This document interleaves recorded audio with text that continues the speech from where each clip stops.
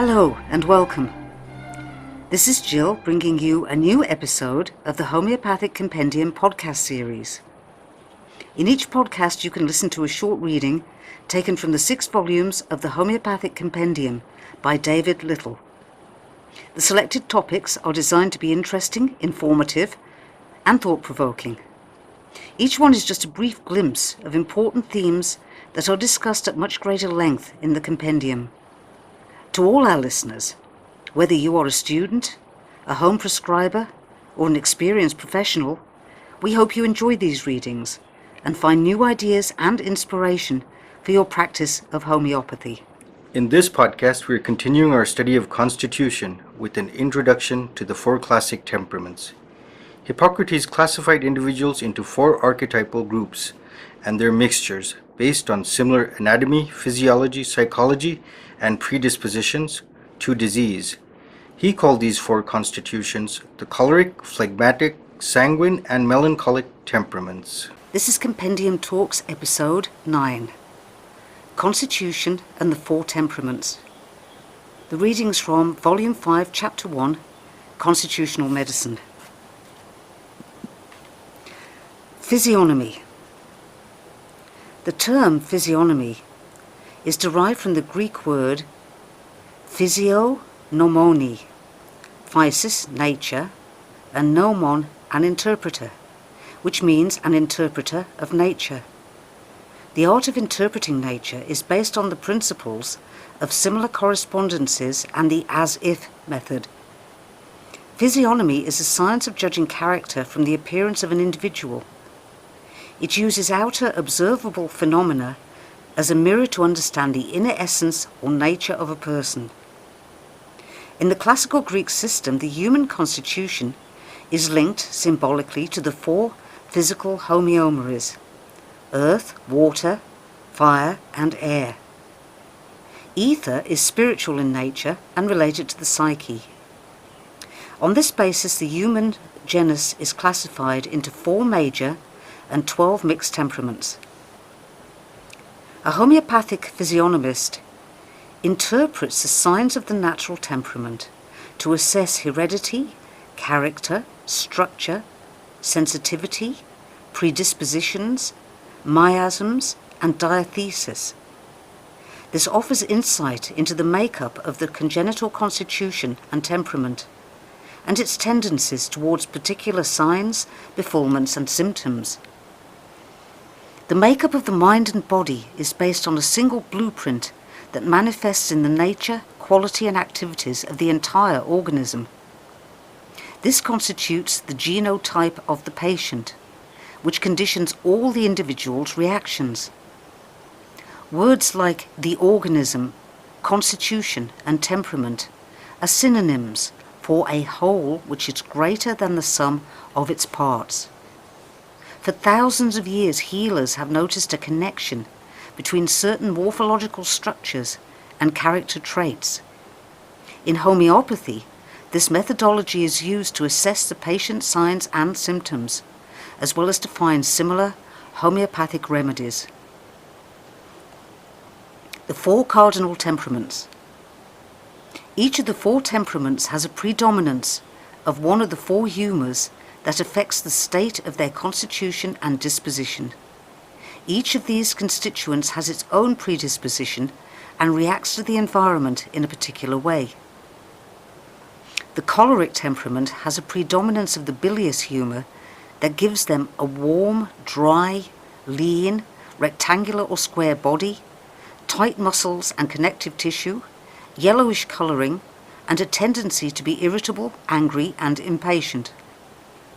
This predisposes the choleric temperament towards liver complaints, as well as digestive and intestinal disorders and skin eruptions. The phlegmatic temperament has a predominance of the pituitous humour, which gives them a chilly, moist, round, oval-shaped body with soft, loose, watery tissue, pale or whitish colouring, and a tendency towards tearfulness, timidity, and indecision. This predisposes the phlegmatic temperament towards weight gain, oedema, lymphatic stagnation, and genitourinary problems. The sanguine temperament has a predominance of the blood humour that gives them a hot, moist, triangular or barrel-shaped body with strong, muscular, fleshy tissue, a reddish colouring, and a tendency towards pride, optimism and violence. This predisposes the sanguine temperament towards high blood pressure, blood disorders, strokes and heart disease. The melancholic temperament has a predominance of the atrabilious humour, which gives them a cool, dry, rectangular or thin body, lack of tissue, thin pipe stem bones, ashy grey or dark colouring, and a tendency towards pensiveness, depression and nervousness. This predisposes the melancholic temperament towards hypochondria, disorders of the brain and nervous system, and respiratory complaints. In homeopathy, there are well-proven observations linking remedies with the classical temperaments. For example, phosphorus is adapted to tall, slender persons of sanguine temperament, fair skin, delicate eyelashes, fine, blonde or red hair, with quick perceptions and very sensitive nature. Pulsatilla is best adapted to gentle, blonde-haired, blue-eyed, phlegmatic temperaments. Bryonia suits irritable, bilious individuals of choleric temper, and arsenicum is well suited to the nervous disposition. These are reflections of Hippocratic constitutions as aids in the choice of homeopathic remedies.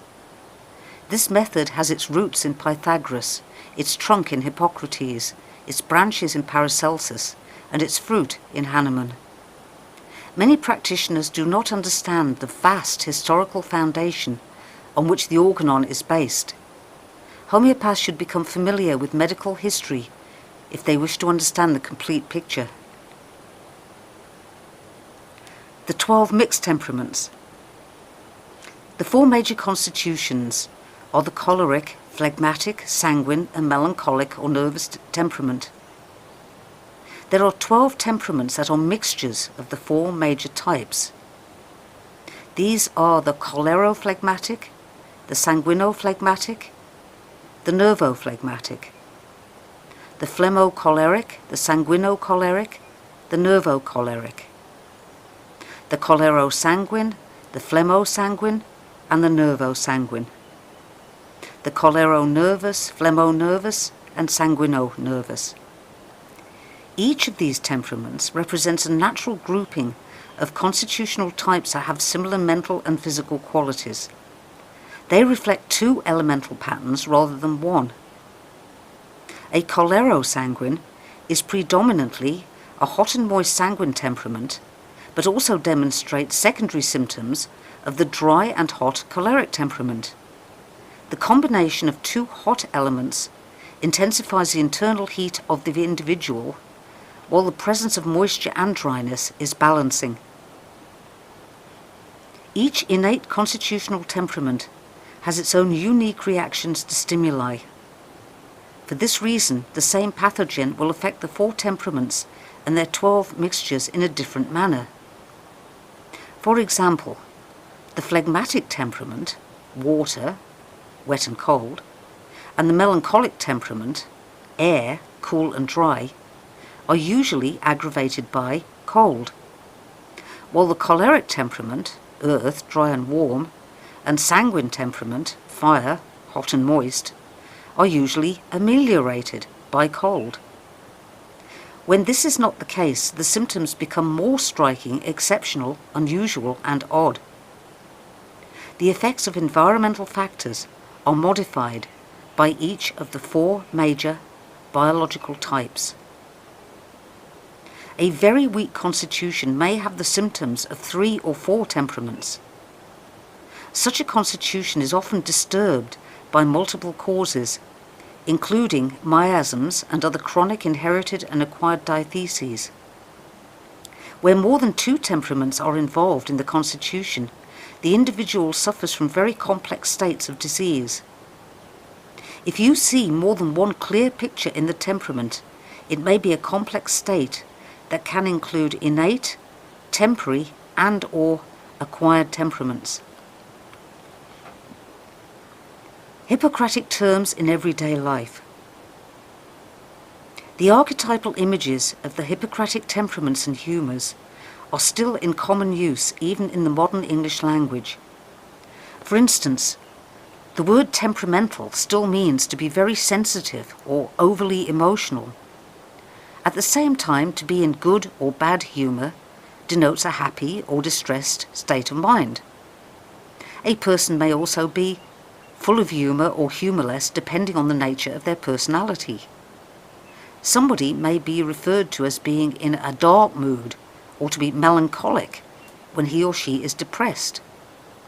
The word melancholic is derived from the word black, Latin melan, added to the Greek root chole, meaning bile, which denotes a dark, blue-black humour or inwardly sullen state of mind. We also say that some people have a bitter temperament, while others have a sour disposition. To be bitter is defined as a state of intense antagonism or hostility, like the choleric temperament, whereas to be sour is defined as being austere, morose or peevish, like the melancholic temperament. Terms like these have their roots in the tastes of the four humours, i.e. bitter, bile, sweet, blood, salty, phlegm, and sour, atrabile. To be jaundiced not only means to turn yellow because of excess bile, but also to be prejudiced, envious and resentful. To turn white is a common expression associated with a state of anxiety or fear. To see red describes someone in a violent rage and is related to the term sanguinary, which means to be ready to shed blood. This is what it means for one's blood to boil. To feel blue is defined as being depressed in spirits, dejected or melancholic. These terms are closely related to the colours of the four humours: yellow, bile, white, phlegm, red, blood, and atrabile, blue-black. All of these terms are based on the doctrines of the ancient Greeks and on instinctive, innate body language. The Hippocratic theory of temperament is closely related to the psychological and the physiological functions of the psychoneuroendocrine system, PNE, and its relationship to morphological structures. The intrinsic connections between constitutional development and the neuroendocrine system is well known in modern medicine, but the 2,500-year-old Hippocratic system is much more advanced in its observation of human beings and their symptomatology than its modern counterpart. That's the end of our reading for this episode of Compendium Talks. Thank you for listening. I hope you enjoyed it and found it interesting. Remember to look out for our next podcast. See you again soon. Bye-bye.